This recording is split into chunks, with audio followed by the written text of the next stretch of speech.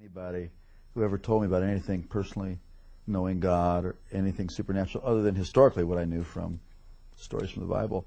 Never met one person who told me they had a real relationship with Jesus. Never knew about the need to really come into a relationship with the Lord through Jesus. And I was busy getting it on. But, you know, there's not enough excitement in the world to ever satisfy. You always got to have more.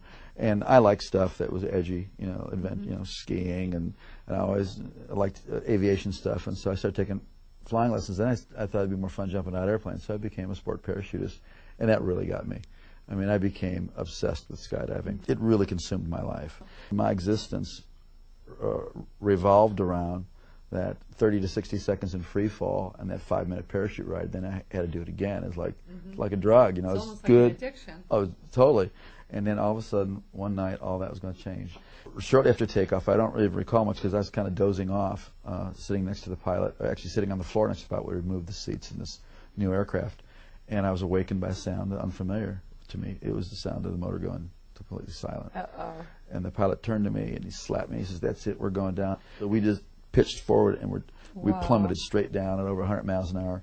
And what was seen out of the cockpit, and this was told to me, I don't recall this, but we were going straight to the ground and we're headed right towards a gigantic oak tree. We did hit that tree going, like I said, over 100 miles an hour, and my face stopped my body going 100 miles an hour. So then the airplane cartwheeled on its wings and slammed into the ground. If you see pictures of the aircraft, it doesn't look like anybody could survive this.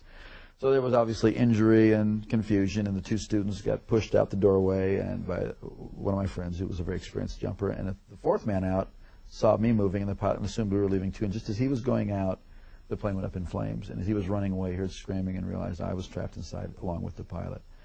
And this brave man who was my friend and went back in the plane and saw me trying to escape where the wing had been torn loose from the airplane. But I was stuck, and but something on my equipment or my clothing was caught, and I was soaked with fuel, and it was on fire from head to toe. Wow. And just like you see in movies, a person whose whole body was engulfed in flames. And this is where God did the first miracle. This man grabbed a hold of my parachute harness and with his bare hands tore that loose. It's 2,000 pounds tensile strength in each one of those straps. Wow. Pulled so hard he pulled his thumbs out of his sockets. Dragged me away from the plane and slapped the fire out. It kept reigniting, and then he tried to go back for the pilot, and he couldn't. He was burned alive. Well, they rushed me off to the hospital. Obviously, it was horrible, and they rushed me off to the hospital and saw that I had sustained very serious injuries. I had a brain injury.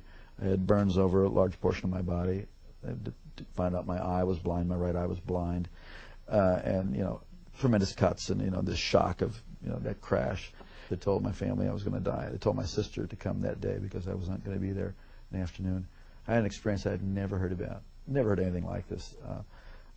As I was laying there in that condition, just racked with pain and discomfort in every way possible, suddenly my inner man, the real me, my spirit, sat up out of my body, and I could feel my legs go through the springs of the bed. Wow. And my spirit came out of my body as if you would take a glove off your hand. And instantly, I was in a spiritual world. Instantaneously, I knew this was the real world. And this man that I was seeing was the real me. Now, when that happened, were you aware of any pain still? Or no, I was totally completely separated from the pain and the carcass. Completely, no. And I didn't even remember turning around and looking. I mean, I was transferred immediately into a spiritual dimension. And everything about the spirit world is more real than this world. The colors are brighter. The edges of everything are sharper. The emotions are just enhanced. They are clear.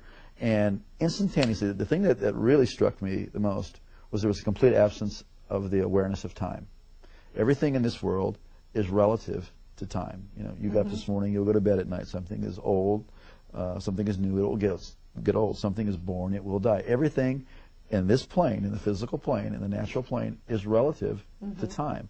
But everything in the spiritual plane is relative to eternity. So what had been natural to be aware of time was totally gone. And I was totally aware of eternity. It is shocking. It is stunning to be conscious and to know what eternity is. Also, logic and reasoning doesn't happen there. You know, based on the sum total of all my intelligent thoughts that I've learned, you know, I've had a death and I'm in the spirit world. It's like you just know that you know that you know. It's like having a revelation constantly, and it was incredible. And I knew I was traveling. I could feel, you know, that I was traveling. And as I looked ahead, there was this pure white light. It was whiter than the whitest snow and brighter than 10,000 suns. And yet I could look right at it, and it was compelling. And it was like I was being towed. I'm being towed like a tractor. And as I was looking, I could feel this anticipation. Wow. But then simultaneously to that, on my right side, I could feel something, and I looked, and there was this blackness sweeping. Now, this blackness, as I looked at it, instantly I was aware of its complete nature. It was eternal, like I was experiencing eternity. It was without any matter. It was without any life. It was void, and it was forever non-negotiable, cut off from the source of all life. And the more that I looked at it, the faster it would sweep. And the more that occurred, the more intense the feeling of the nature of being cut off and sealed forever and separated. It is horrific. Yes. Horrific. You would not, I used to never be able to stand to be near anybody who could say go to hell after that.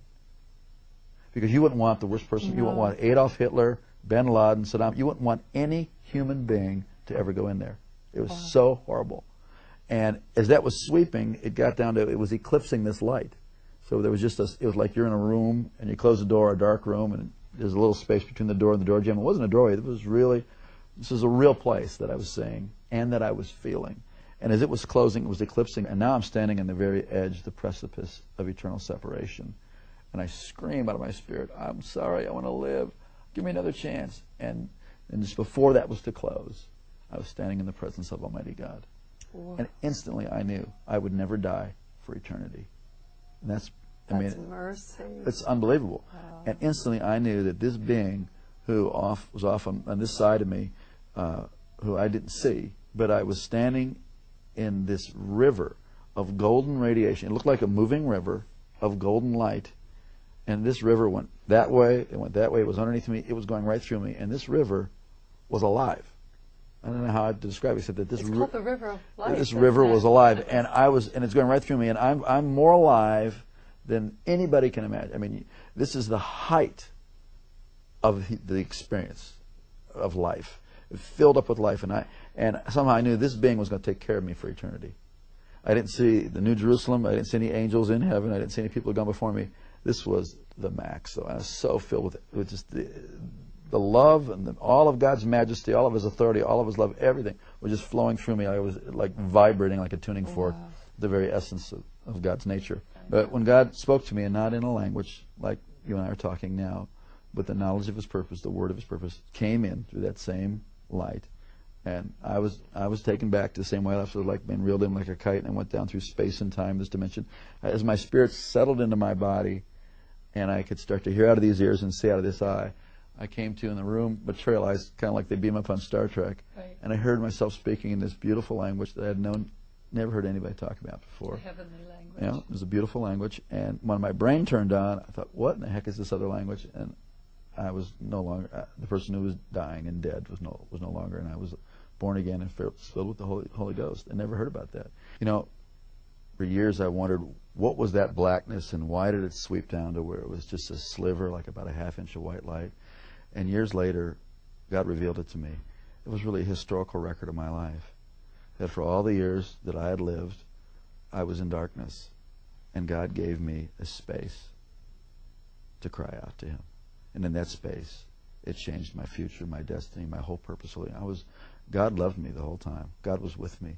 But, you know, please don't wait until you're that desperate. We're desperate right now, and He's with you, and you have a chance today to cry out to God. It's not complicated. It's not religious. I mean, certainly my prayer wasn't all that complicated, and it wasn't about religion. It was about I needed life, and there is no one of us before God that doesn't need the whole life that He has to offer. It's usually fear that keeps us from doing that. Or like we're afraid, well, I'm not good enough. That's the whole deal. We need God.